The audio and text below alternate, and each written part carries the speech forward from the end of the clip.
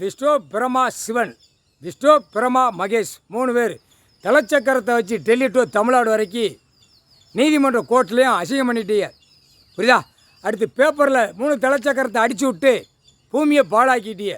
2 பேப்பரில் அடித்து 3 தலைச்சக்கரத்தை அடித்து நீதிமன்ற கோர்ட்டை எல்லாமே தப்பு செஞ்சவன் பூரா சங்குன்னு போகிறான். அந்த கணக்கு மூணாவது கணக்கு. 4வது கணக்கில் பூரா இடத்துகளை பூரா கூரடித்து எழுதி பூரா பில்டிங்காக போட்டு 3 தலைச்சக்கரத்தை வச்சு அசிங்கம் பண்ணி அகம்பாதம் பண்ணி வச்சுருக்கான் அரசியல்வாதி.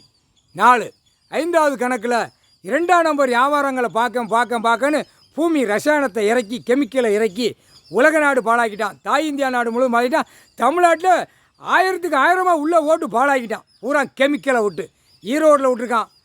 தெற்கு பாளையம், ராஜபாளையம், கைலாசம், அடுத்தாப்பில் மதுரை, அடுத்தாப்பில் சென்னை, மெட்ராஸ், தஞ்சாவூர், எல்லா இடங்களும் எல்லா திண்டுக்கல், போடி எல்லா இடத்துலையும் கெமிக்கலை விட்டு பாழாக்கி பூமியை பூரா நல்ல தண்ணி கீழே ஓடின தண்ணி பூரா கெமிக்கலை விட்டு பாழாக்கிட்டான்.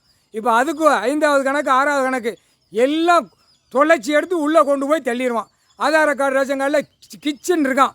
தப்பு செஞ்சு 1558 சேட்டை பண்ணி தப்பு பண்ணி இருக்கான்.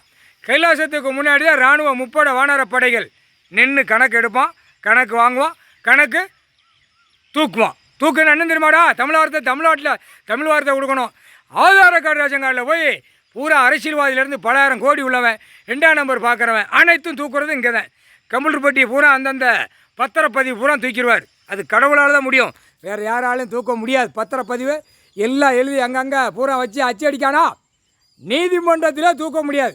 இப்போ நடத்துகிற நீதிமன்றம் டெல்லி டு தமிழ்நாடு, தமிழ்நாடு டு டெல்லி வரைக்கும் நீதிமன்றம் தூக்க முடிஞ்சாப்பா. இப்போ இராணுவத்தை வச்சு எல்லா பெட்டியும் தூக்கையில் எல்லாரும் உள்ள வலையில் மாட்டி கிடக்கான். 2ஆம் நம்பர் படிப்பு, 2ஆம் நம்பர் அழிக்க படிப்பு, என்னடா கல்வியாடா? அட காமுட்டா போயடா. இயற்கை வாழ்வு கொடுத்தார், இயற்கை சாப்பாட்டு உணவு கொடுத்தார், இயற்கையிலே மழை எல்லாமே கொடுத்தார். செயற்கையிலே ஆக்கி இந்த மானிட போய் வாயை திறந்து பேசி அழிச்சிட்டான். அடுத்தாப்பில் ஒரு கணக்கு விட்டாச்சே, இந்த உயிர் பலியை அறுக்கிறவன், திங்கிறவன், ஓடுறவன், தொங்க விட்டு போகிறவன், 3 மதத்துக்காரனை, இந்து, முஸ்லீம், கிறிஸ்டின் 3 மதத்துக்காரனை தூக்கி அந்த செயலரை போடுவார். உயிர் பலியாக இருக்கான்ல, அதுக்கு பறவைகள், விலங்குகள் எங்கெங்கே இருக்கோ அந்த சரணாலயத்தில் அதில் வேலி அடித்து இராணுவ முப்படை வீரரை நுப்பாட்டி வச்சு உள்ளே தள்ளிடுவார். புரியுதா? நீ செஞ்ச பாவத்தை அதுதான் சாப்பிட்ணும். விலங்குகள், பறவைகள் எல்லாம் பறவைகள் கொத்தி சாப்பிடும், விலங்குகள் பிச்சு எடுத்து கடித்து எப்படி ஆட்டுக்கறி, கோழிக்கறி, எலும்புகளை உறிஞ்சி சாப்பிடுதா அந்த மாதிரி அது கடித்து உறிஞ்சி சாப்பிடும். விலங்குகள், பறவைகள் கொத்தி சாப்பிடும் கறிகள். முக்கால் சத்தியம் புரிஞ்சுக்கோங்கடா.